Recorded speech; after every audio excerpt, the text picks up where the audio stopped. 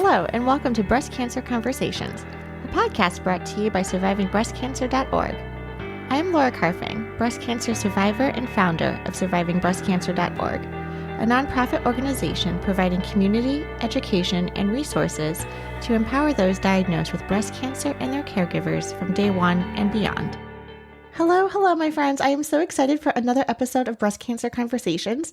Today is what I'm calling another SBC, SurvivingBreastCancer.org first, because we are actually going behind the scenes with some product, with a product developer and a marketing team to really understand how they go about prototyping and developing tools for those of us undergoing chemotherapy. And if you're listening to this and are not going under chemotherapy, this episode is still for you because NatraCure, who we're speaking with today, has a whole lifestyle product line, which I'm also really excited about. And if you're on any aromatase inhibitors or tamoxifen or just dealing with like arthritis and joint pain and inflammation, there's a lot of great healing opportunities out there through the use of cryotherapy. So today I am accompanied with Ben Tiffany. He's the president of sales and marketing at NatraCure, Jim Bush, COO and VP of product development at NatraCure, Diane Lee, Director of B2C Marketing at NatraCure. We are also joined today with a medical expert, Dr. Soyano. Dr. Soyano is an assistant member of the Department of Breast Oncology at Moffit Cancer Center, and she completed her residency at Stewart St. Elizabeth Medical Center here in Boston, where SBC is based. Shout out to that. I am so excited for our discussion today, not only to discuss about these amazing products, but to also get a better understanding of the role that cryotherapy is playing in breast cancer care. Welcome to the conversation. My name is Diane. I am the Director of Marketing at NatraCure. I have been with the NatraCure team a little over 2.5 years now, which is crazy because I still remember my first day. And Laura and I, yes, we do go all the way back. And I'm so glad that I responded back to one of Laura's emails about looking for more sponsors and partners to work with, because initially we as a brand were looking to expand our knowledge and our reach in the cancer community, and more specifically in the breast cancer community. And Surviving Breast Cancer was one of the first organizations that we had started to form a relationship with. And little did I know, I knew it was going to be a good collaboration, but over the years, participating with you, like in the summer soiree last year, and now even like connecting with your volunteers to help promote all the events that you do, it's really been a very like flourishing relationship. Yeah. And I am really happy to be here tonight to tell everybody about what we do, what our intentions are, and how we can all grow together. With some of that too, I think some of our listeners will get some insight in how we go about forging these relationships and our partnerships. I also think it's a really important comment. And so to just be as transparent as possible with what does it mean for a corporation, a for-profit organization to partner with a nonprofit organization, partner with hospitals and oncologists, and to really have this end goal of serving the community and the patient. So I think that's just kind of the underlying benefit of this conversation that I'm sure is going to come out in our discussion. Jim, let's turn things over to you. Do you want to introduce yourself? Yeah, absolutely. So my name is Jim Bush. I am the COO and Vice President of Product Development at NatraCure. So I'm sure I'll get to tell you about the really cool things on how we get to make products and how we do our research. And then the fantastic thing about my job is I first of all have a great team. And then second of all, we get to touch on all the different departments at work. So we get to work with awesome marketing people like Ben and Diane and sales teams, and consumers. Everything is always going to be consumer first. For us, it's very, very, all of our designs are based on the needs of consumers. So I'm just excited to be here and talk about products because I think they're cool. Wonderful. And so, Ben, that means we're turning to you next. So you're part of the sales team? Yeah, I'm the president of sales and marketing, and it's been a lot of fun, especially fun working with these two. and getting to collaborate and meet people like you. Yeah, I've been there for 9 years, and I'm not sure how I ended up there. An art student, and how I ended up in sales and marketing, I don't know, but it's been a lot of fun. It's that creative brain side of yours, I'm sure. Right. Wonderful. Creative problem solving, and help out with a little art direction as well. Yes, I love it.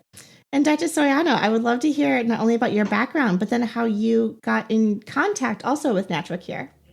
Yeah, absolutely. So my name is Axia Soyano. I'm a medical oncologist at Moffit Cancer Center in Tampa. I'm originally from Venezuela, so I did all my medical school there, and then I came here to the States, to Boston, to do my residency, and then I did my fellowship at the Mayo Clinic, and I've been with Moffit for the past 4 years. Just focusing on breast cancer. And part of the reason why I chose this specialty is because my mom was diagnosed with breast cancer when I was a teenager. So whether you think about it or not, it always gets stuck in your mind, right? So when I decided to do hematology and oncology, I initially wanted to do hematology. My mom is a hematologist too, but it just didn't, I didn't love it. So when I got in touch of rotating with the breast cancer clinic, it was just it stuck in me. I just loved it. I love the patient population. So I focus all my work on that. I got in touch with these amazing guys here because part of the greatness of having to work with women with breast cancer is that we know that we can cure a lot of women. We have tools for early detection, but unfortunately we have treatments that have an impact in quality of life. And it's very hard to see a patient where you're curing them from breast cancer, but then they don't have a good quality of life because of the side effects that resulted from the treatment. So it was always a passion of mine about investigating, about making, an impact and decreasing side effects from chemotherapy. And I wanted to do a project about using the frozen gloves and slippers that these guys make to try to mitigate some of the side effects. So I was looking up, what kind of products are there, and I looked at this product and I thought it was really neat. And I needed to get some insight, right, about development and what things you can do. How can you measure things from, the product in itself, but also how you translate that into clinical practice. And I got in touch with them. I just sent them an email, and Diane got back to me, and we've had conversations, over the past couple of years. Oh, that's incredible. And, I love that you're focused not just on the treatment side, but the longer term survivorship piece and the quality of life. I think a lot of times we don't realize as patients, and I didn't mention it if it's not obvious, I'm a breast cancer survivor, thriver myself. And, one of the things that we don't necessarily talk about is the side effects. And, I'll be stereotypical. I feel like I can, because I'm the red tape in the organization. But as women, right? I feel like we just want to muscle through everything. We don't want to complain. We're going to keep working. We're taking care of the kids. We're doing the dishes. We're doing it all. And so, if it's pain or if it's nausea or if it's neuropathy or all of the side effects, we don't really want to talk about it. And I was just reading an article, I forget in what magazine, but it was the I'm going to mess up. Maybe you've read the article too. It was the doorknob syndrome, where right when the oncologist is about to turn the doorknob and leave the room, that's when the patient is oh, by the way, there's one more thing I want to tell you, right? And so how can we have these conversations at the onset when you enter the room so we can actually find these ways of problem solving and hopefully staying on our treatments longer because we have the resources and support to help us with that quality of life when we leave your office.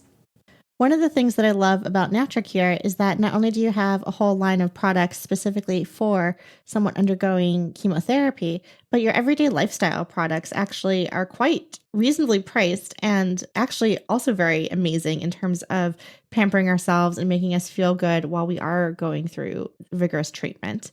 So, for example, I loved your little booties that actually are moisturizing because my skin gets so dry that you have these gloves that have a gel inside that moisturize your hands. And you also have one for your feet, which I love. And then you also have this other amazing pack. I think it's like a heat pack for your neck and your shoulders.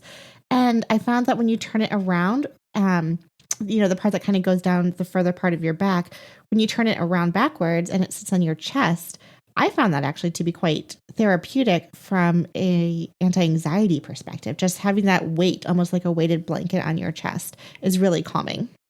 What you just mentioned about, your experience with our products and discovering your own like personal way to make it work better for you. Like that's actually really how the whole discovery or like what inspired us to really embark on this path to developing products for our chemo patients and the cancer community. One of the things that we like to say when we talk about our products is that we have a product for you from head to toe. Oh my gosh, you literally totally do. I love that. Yes, we literally do. Yes. But being a patient is just only a small part of who they are and what their life entails. And we often forget that when we focus on the best way to approach the community, that there are different needs that can be addressed at different stages of their treatment, post-treatment, life after treatment. So I think that's another discovery that we as a team found out as we developed this deeper relationship with you. All right. So Diane, we've been working together for a little while now. Putting you on the spot, what is your first memory of working with survivingbreastcancer.org? Like I remember an earlier conversation where you and I were speaking about, how you got excited about products and even trying out our cold therapy gloves. Mm-hmm. You had told me that you had the long finished treatment. You were not an active patient anymore, but still you began to experience some signs of neuropathy. Yeah, exactly. And because I'm on an aromatase inhibitor right now for the next 10 plus years, who knows, I'm still suffering joint pain. There's inflammation, there's lymphedema, like my laundry list of issues outside of the breast cancer is extensive, right? And so I think this is, and I see Dr. Soyano, shaking your head as, there's a product that can treat more than one symptom. And so I think that's the versatility of what you guys offer and provide. Dr. Soyano, what are some of the side effects and kind of issues that you're hearing in the clinic from patients? Multiple, because we use multiple different drugs and multiple different treatments, and all of them have some potential side effects. And not every patient experiences side effects, but the majority will experience some form of side effect. And even the intensity of the side effect can differ between patients, right? We all feel things in different ways. Every one of us has a different tolerance for pain, for example, or a different tolerance for nausea. Like there are some people that get pregnant and are vomiting the whole pregnancy, and there are other women that don't have that problem. So we do hear about everything. Obviously, chemotherapy is made some progress throughout the years. The chemotherapy agents might be the same for the past 20 years. There are newer drugs, but there's also newer supportive medications that help mitigate some of the side effects, or newer therapies that help mitigate some of the side effects. So I think that while we while we have improved outcomes in breast cancer specifically and many other cancers, we're also, using different therapies and different techniques that help mitigate and make the patient go through their treatment so that they would have a good outcome at the end. So, things like, what these guys do with cryotherapy and like the booties and like the gloves, it's a simple process, right? It's a simple technique that most patients can tolerate and that can help, prevent some of this nasty side effects that our treatments can give our patients. So Jim, this brings me over to you. Tell me about how this all started. What was the ideation and the incubation process and the prototyping? I want to hear how this all evolved. Right. So we had started with a bunch of different thermal therapy products, so hot and cold packs, booties that could go both hot and cold for arthritis and to help with inflammation. And we started seeing comments and forum posts that people were using these for chemotherapy. We thought, wow, that's something we didn't intend on when we first started the project and started with these products. So we started doing more research into it. Like when you see stuff like that, you're like, oh, this is interesting. Like we said, like trying to solve a different need. So we went down the rabbit hole of doing research, which is super fun because you get to be like a little detective, going around, looking online, looking through forum posts, talking to people. And we came to the conclusion that there was a good majority of people who were getting relief with similar products. So then we say, okay, that's the idea, right? Now we're going to really dig into what are the pain points of the current products that are on the market, and how can we do something that's going to have a better outcome for the end user. So we started doing research into the current products that are out there. There's similar products. There's really high technology products. So we started, combining all that information together and then looking at, okay, in gloves, there's a lot of problem with the materials that people were using in previous products that were really harsh and they were cutting up people's skin. And it was really uncomfortable, even though it's cold and what happens when it's cold, but like we wanted to feel good and we wanted you to be in as much comfort as possible while you're using the device. So it's little things like that, putting extra gel and a new type of gel around the extremities of the digits we found after talking to doctors was something that we're really going to want to do. So you really get to just explore the idea. You build it, you talk to people who are subject matter experts like Dr. Soyano, and you say, okay, hey, what would you do if you were us? And then we prototype it, we test it, we wear it, we do extensive hot and cold testing on it for these products, cold testing specifically. We choose materials that are going to be insulating, so it retains that cold for an extended period of time.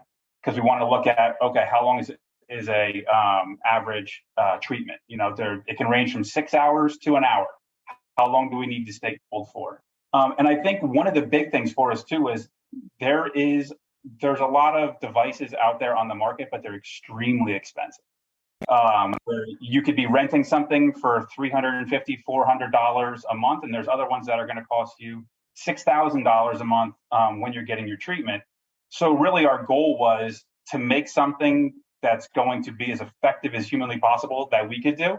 That's not going to break someone's bank. Like you're already going through what could be the worst thing ever in your life. Like we want to make it better.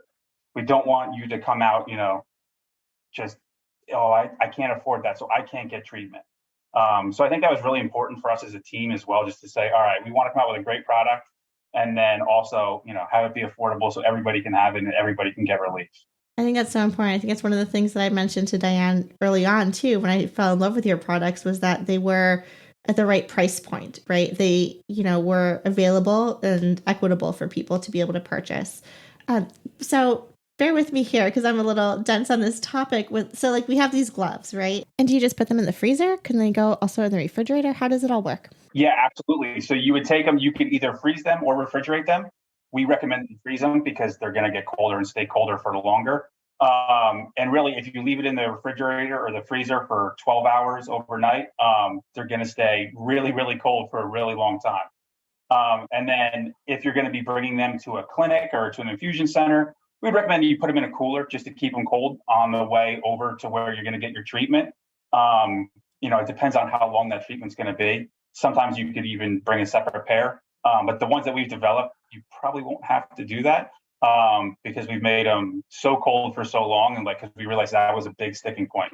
People just couldn't carry lots and lots of frozen gloves or bags of ice with them. So we tried to make it stay as cold as long as possible. That's wonderful. I know. I feel like sometimes going to the chemo infusion center, it's like you're packing for like a weekender and you have everything, like your blankets, because you do get so cold. Then you're like trying to freeze areas and eating ice chips so your tongue is okay. Like it's amazing.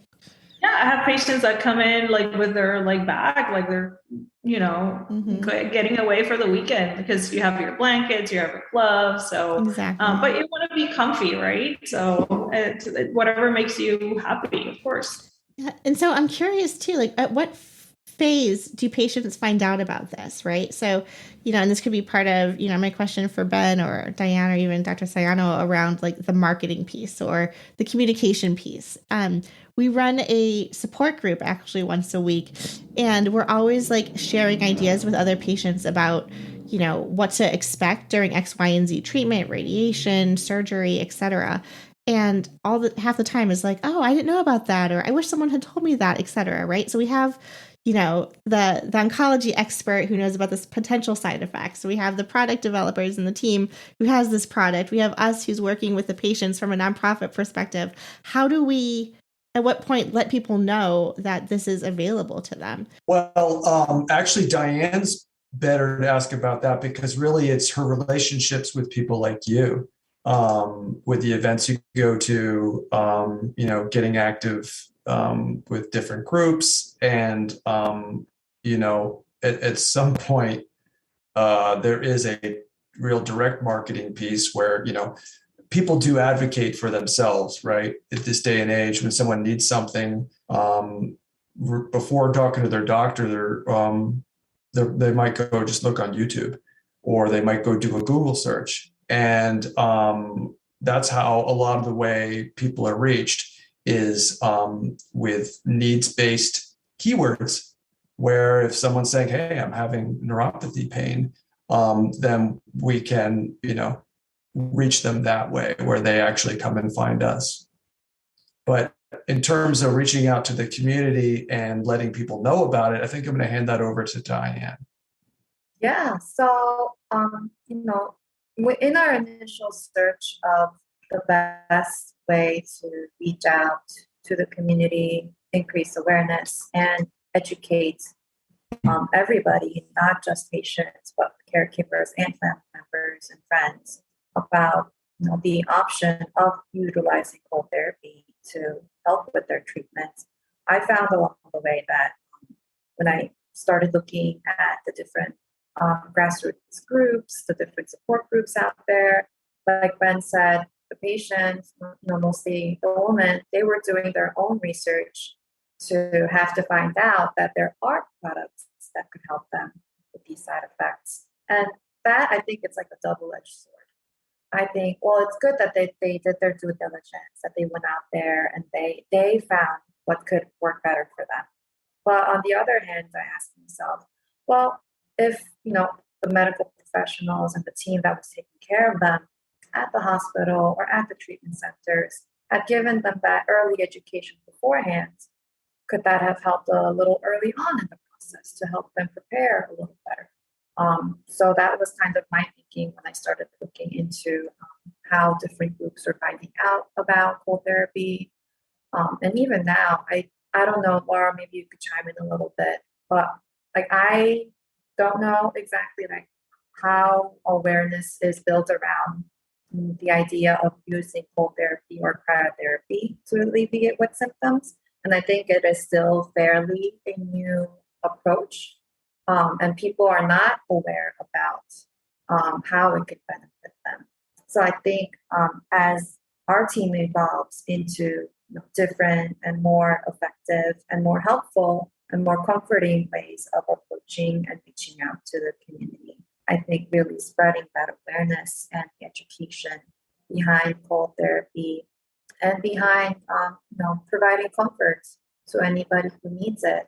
I think that's a really important key step in making sure that we do our best to reach out to the community. And so I think cold therapy education is really critical. You touched upon two really good points. I want to linger on the cryotherapy piece for a moment, but you also talked a little bit about self-care and feeling, almost pampered to some degree because you're going through such harsh treatment. So what can people do to let themselves let go, and that it's okay to have those bad days, and it's okay to like stay in bed and just How many times have I like looked at the clock? I'm like, I should really get up. And then I'm like, I'm just going to turn over because my body just needs rest because we're taxing ourselves.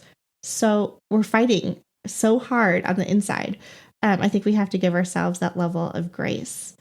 Dr. Soyano, can you provide some insight into how cold therapy works? Well, cold therapy or cryotherapy, it's an application of cold or cooling devices or techniques to treat something, right?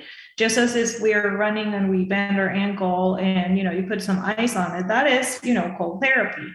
The way we use it in oncology is we know that particularly a few chemotherapy agents actually create some inflammation in the nerves, and that results in peripheral neuropathy. And that just means that it's a sensation, it's an affection of the nerves, right? And it typically, especially for breast cancer, there are several drugs that can cause this.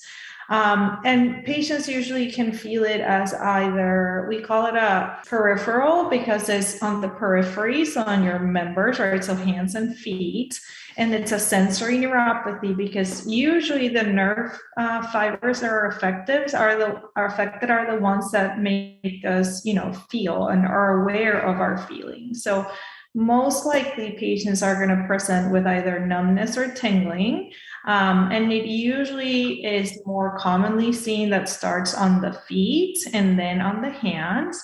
And it resembles the one that also diabetics patients can present with. It's called a stocking glove distribution because, again, it starts on the tips of the fingers or tips of the toes and then works its way down. The way each chemotherapy agent or each class of chemotherapy agent causes this is slightly different, but in general, it's an inflammation or a direct effect of the chemotherapy agent to the nerve endings. So the way cold therapy works is when we have something that is really, really cold, the blood perfusion, so the blood distribution to that area decreases, right? It contracts. Just as when we are exposed to the cold, like if we're in Boston or New Jersey in the winter, right, you're shivering, right? And that is because your body is trying to retain heat. So there is contraction of the blood vessel so that you can preserve that heat in your most important organs. So when you're applying cold to an area, you're basically making the blood vessels contract, so less blood flow goes through that area. If there is chemotherapy in your system, but there's less perfusion, so less exposure of chemotherapy to that particular area, then there's a potential that there's less interaction of chemotherapy with the nerve endings, or less interaction of the chemotherapy with the hair follicles, or with the cells around your mouth. And then if there's less exposure, there's less side effects from that. So I usually explain that to my patients, that the cold therapy helps decrease the blood flow to those areas, so there's less inflammation, less potential side effects. It's not a perfect tool, but it is a pretty good tool and pretty harmless tool that we can use, or that most patients can use. It was interesting because one of the first publications, we've been using ice for different things, like in hematology, they use for patients that are undergoing transplant and they're doing all this high dose chemotherapy agents, they give them ice to chew so they don't develop all the sores in their mouth. But it was a Danish study that was using the cold, the cryotherapy, to prevent changes on the nails in itself. And they saw that, those women that use the gloves to help prevent changes in the nails actually had less neuropathy. And that's where some of the idea, or at least the published idea, came along. So after that, there has been, a few trials. Running clinical trials is difficult. And sometimes when we talk about different variations, what's your control? Is it someone else and you're not giving them the treatment, or it's the same person, but like different, like one hand gets the treatment and the other one is not? That's why it gets a little convoluted. But I think all of us in the oncology world agree that, it is a very harmless treatment that you can do that can help prevent this peripheral neuropathy, because for some patients, it is a disabling side effect. Neuropathy can persist for months. For some people, it can be irreversible, and they might not experience their normal feeling back. So I think that's why we're also passionate about, doing something that it's easy to do, but has such a big impact in the patient's life. Thank you so much for that thorough explanation. That makes so much sense. And, going back to the question of how do we let patients know about this? I wish I knew about this when I was going through treatment. I was on the Red Devil, Adriamycin, Cytoxan, Taxol, and then the Perjeta and Herceptin combo as well. And I remember my oncology nurse asking for my infusions. I'd go weekly. They're like, can you button your shirt? Can you zip up your coat? Like, because I'm in Boston, right? Because it's cold. They're like, can you zip up your coat? I'm like, yeah, I can. Why? Like, oh, okay, just making sure like you can feel your fingers. But like there was no discussion afterwards about what type of treatment or preventative treatment I could take to negate getting neuropathy later on. And we hear a lot of times, like I'm subject to it, like I'll drop a glass of water for no reason because all of a sudden my hand goes numb, or my car keys, or, just small random things where you're like, well, that's just annoying. The breast cancer community, because we're much more aware now, and there has been this trials, right? So for my patients, I do try to encourage and educate them about this. I do tell them, you could use ice, you could use a frozen glove, a device, but anything that might help will help. And we actually made an initiative at our institution, so all of our patients can be offered just like plain ice, right? It serves the same purpose. So it just needs an order for a physician, and then you can offer them something. But I've had patients that have come like, what about this, like gloves? Or so there's a lot of awareness out there because the breast cancer community, it's huge. So the words get spread. Yeah, that's great. And if I could just chime in, I just wanted to, share my little experience about a person who was experiencing neuropathy, and it was at the summer soiree event. When we were breaking out into smaller break rooms, and we were doing our activity of decorating the small rocks that the SBC team sent over to us. One of the ladies in my team, Jennifer, you might remember, she was, happily writing along, and all of a sudden, out of nowhere, she just dropped everything. She dropped her pen, she dropped everything, and she just really started to like stress out a little bit. And she said, "Oh my gosh, this is so much fun, but I have this pain in my fingertips, and I can't write right now." And I could tell she was really frustrated.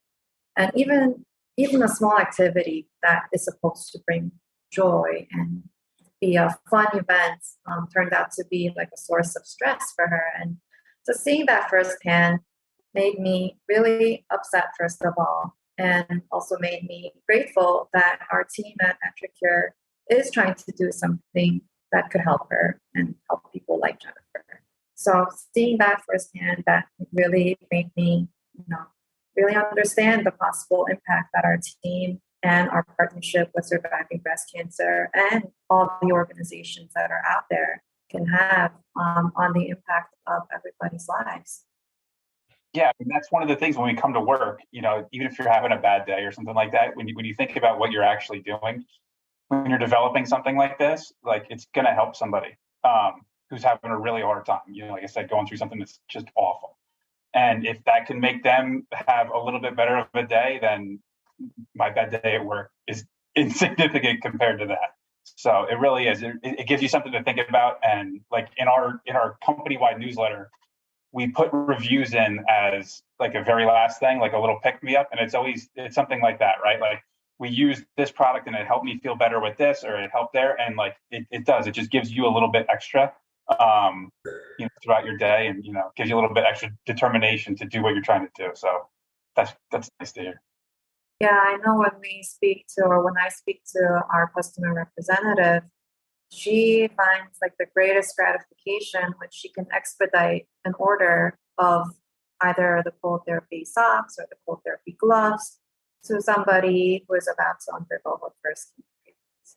And just, helping in the little way, I know goes a long way. And like Jim said, at the end of the day, that's what we really try to do. We try to make you comfortable, try to help out. Yeah. What I love about this too is like meeting the faces and the people behind the product, right? And hearing your stories and how you got into it and how you're taking the feedback into your product design, right? Like looking for something that's comfortable for the patient, looking for something that's durable and lasts a longer time so they don't have to order, a whole cooler of gloves and ice, but it could be something that lasts up to, 7 hours of a treatment. I remember I closed down the infusion center one night and I was like, this is new for me. I normally go to bars now drinking and have fun. And now I'm in the infusion center closing it down. And I was like, this is a long day for sure.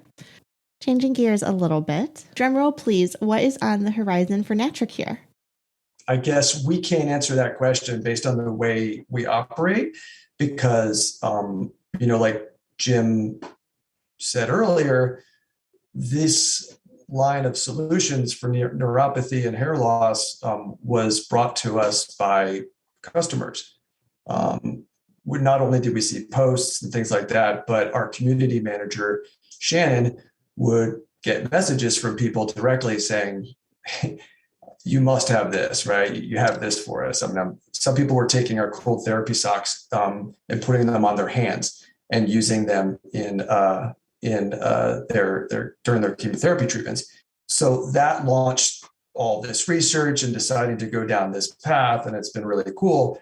But that kind of thing is what I think is going to lead NatraCure going forward, because we can tell you with our limited experience what we think the world needs, but we really only know our own experience. So we rely on the community to help us evolve, not just what kinds of things we're going to develop next, but how can we improve the products that we already have, these comfort devices. Like on our website, we have a resources page that we hope is helpful for people going through cancer. And we worked really hard on it to try to actually make it helpful. And not everyone who has cancer, the first thing they think is, boy, let me go to NatraCure and see if they can come up with some solutions for me to find the help I need. But, if it can be helpful to even one person, that's great. But one of the things we say on the resources page is that we say, hey, you helped us create this solution. You might as well help us make it evolve. So wherever it needs to go next, whatever we could do to make it better. Jim talked earlier a little bit about how preemptively he found out that people really want additional gel over the fingers. But he's right. So we're talking about the feedback. And believe me, as a product person, you're never going to hurt my feelings. If you say something horrible about the product, I'd love to hear that too. If it's great and it works, tell me how it works. If it's terrible, tell me why it's terrible. I love hearing the feedback, whether it's good, bad, and different. That really is how we evolve. We're trying to get new technology, new materials, but any feedback anyone has on any of our products, we love hearing. And like I said, you're never going to hurt our feelings about it. So it's really nice. I feel the same way. It's survivingbreastcancer.org too. It's like, if you want it, we'll build it and create it. We just need to know what it is that you want. And so, in a very similar way, we are here as the enablers, right? We just need to hear the voices from the people and then kind of connect the dots, which is, I think, the beauty of this call, where we really have the perfect triangle of, nonprofit advocacy, corporations who are going out there and creating the devices for us, the medical care team who's out there saying, I'm hearing this from the patient side too. And, I think we're also seeing that trend even in clinical trial design, where patients are getting to have more of a seat and a say at the table of, this is great. And, we read labels, and my favorite joke right now on Twitter that I'm seeing is like, oh yeah, it's not so bad. It's just grade 3 diarrhea. And I'm like, have you ever had grade 3 diarrhea? Because it's not okay. So let's talk about that, right?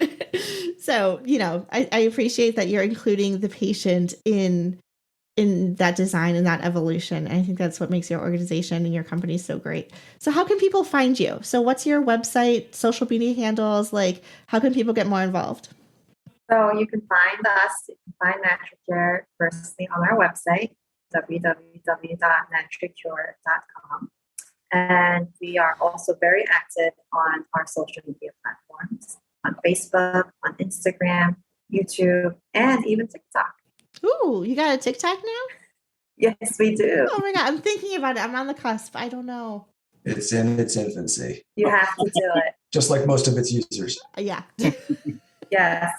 But I'm sure you will love the content that we put out there. And I hope, and we all hope that it's, it's fun, but it is also educational.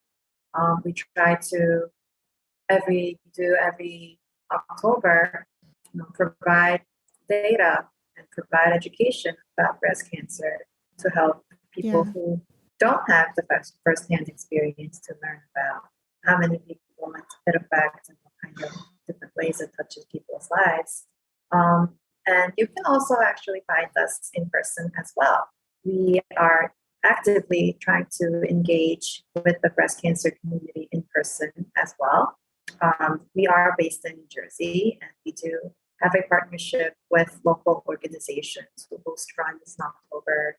And that's where we also network with medical professionals like Dr. Soyano, but also really get to hear firsthand experiences from other patients, survivors and thrivers like you guys. So that's really the many ways that you can find NatraCure. Wonderful. And we'll be sure to link to all of that in the show notes so people can easily get links and access the information. Yeah, if you ever really want to know who we are, go to our Instagram account. And those are the people that work at NatraCure.